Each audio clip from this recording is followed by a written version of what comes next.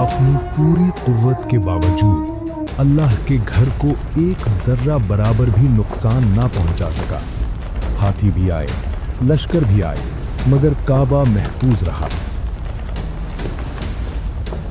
जिसका हम इस वीडियो में जिक्र कर चुके हैं। तारीख ने एक और इम्तिहान भी देखा जब काबा पर पहली मर्तबा आग लगाई गई, और ये काम किसी काफिर ने नहीं किया था, बल्कि उस दौर में हुआ जब हुक्मरानी एक मुसलमान बादशाह के हाथ में थी, जिसका नाम था यजीद बिन मुआविया।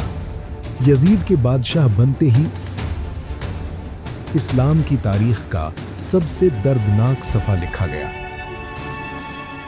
करबला के मैदान में रसूल सल्लल्लाहु अलैहि वसल्लम के नवासे इमाम हुसैन रदियल्लाहु ताला अन्हो और उनके घराने को बेरहमी से शहीद कर दिया गया। ये सिर्फ एक जंग नहीं थी, ये उम्मत के ज़मीर का इम्तिहान था। जब शहादत इमाम हुसैन रदियल्लाहु ताला अन्हो की खबर मुस्लिम दुनिया में फैली तो लोगों के दिलों में यजीद के खिलाफ नफरत और बगावत ने जन्म लिया, और रसूलुल्लाह सल्लल्लाहु अलैहि वसल्लम के शहर मदीना में सबसे बड़ी बगावत उठी। मदीना के रहने वाले, जिनमें अक्सर सहाबा और उनकी औलाद थी, करबला के कुछ ही अरसे बाद बनी उमैया के मरकज पर टूट पड़े और उन्हें शहर से बाहर निकाल दिया।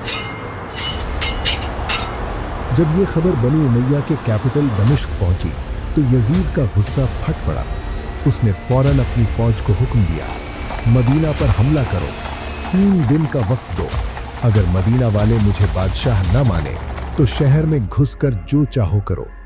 जब फौज मदीना के करीब पहुंची तो एक मंजर देखकर रुक गई। मदीना वालों ने दोबारा खंदक तैयार कर रखी थी, वही खंदक जो बहुत साल पहले रसूलुल्लाह सल्लल्लाहु अलैहि वसल्लम ने जंग खंदक में बनवाई थी। लेकिन फर्क ये था, पहले ये खंदक काफिरों से बचने के लिए थी और इस बार मुसलमानों की फौज से बचने के लिए थी। मगर इस बार ये खंदक मदीना को न बचा सकी। यजीद की फौज शहर में दाखिल हुई।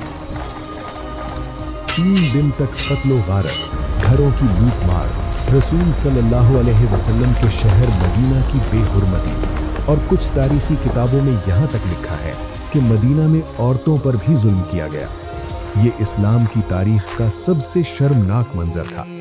मदीना से जो लोग बच गए वो मक्का की तरफ भाग गए। वहाँ एक अजीम सहाबी मौजूद थे, अब्दुल्ला बिन जुबैर रदियल्लाहु ताला अन्हु। उन्होंने वाज़े अल्फाज में कहा कि मैं यजीद को खलीफा नहीं मानता। मदीना को तबाह करने के बाद भी यजीद को कोई शर्म नहीं आई। उसने अपनी फौज को हुक्म दिया, अब मक्का का रुख करो, अब्दुल्ला बिन जुबैर को पकड़कर मार दो। मगर मक्का आसान निशाना नहीं था। अब्दुल्ला बिन जुबैर रदियल्लाहु ताला अन्हु अपने साथियों के साथ बहादुरी से शहर का दिफा कर रहे थे। 40 दिन तक यजीद की फौज मक्का पर हमला करती रही, लेकिन नाकाम रही। आखिर फौज को समझ आ गया कि तलवारों से ये जंग नहीं जीती जा सकती, तो पहली बार मंजनीक आगे लाए गए, आग से भरे पत्थर बरसाए गए, और तारीख में पहली बार मक्का जैसे मुकद्दस शहर पर गोलाबारी हुई। यहाँ तक कि कुछ बड़े बड़े पत्थर सीधा काबा को भी लगे। फिर एक रात यजीद की फौज का एक सिपाही अंधेरे में आगे बढ़ा, अपने तीर को आग लगाई और मुसलमानों के कैंप पर फायर कर दिया। तेज हवाओं के सबब आग धीरे धीरे काबा की दीवारों तक पहुंच गई और तारीख में पहली बार काबा जलने लगा। मुस्लिम दुनिया खामोश रह गई। ये सब कुछ ऑफकोर्स यजीद की वजह से हुआ था। ये यजीद की जिंदगी की सबसे बड़ी गलती साबित हुई। काबा को आग लगने के कुछ ही दिन बाद यजीद बिन मुआविया मर गया। उसकी फौज मक्का फतह किए बगैर वापस चली गई। काबा कमजोर हो चुका था। अब्दुल्ला बिन जुबैर ने काबा को फौरन रीबिल्ड नहीं किया ताकि दुनिया खुद देखे कि यजीद ने काबा के साथ क्या किया। अब जब हज के लिए मुसलमान मक्का में जमा हुए तो काबा की ये हालत देखकर उनके दिलों में बनु उमैया खानदान के लिए गुस्सा बढ़ने लगा। अब्दुल्ला बिन जुबैर रदियल्लाहु ताला अन्हु काबा के सामने खड़े हुए और मुसलमानों से पूछा कि हमें काबा के साथ क्या करना चाहिए, जिस पर कुछ लोगों ने कहा कि काबा को इसी तरह छोड़ देना चाहिए।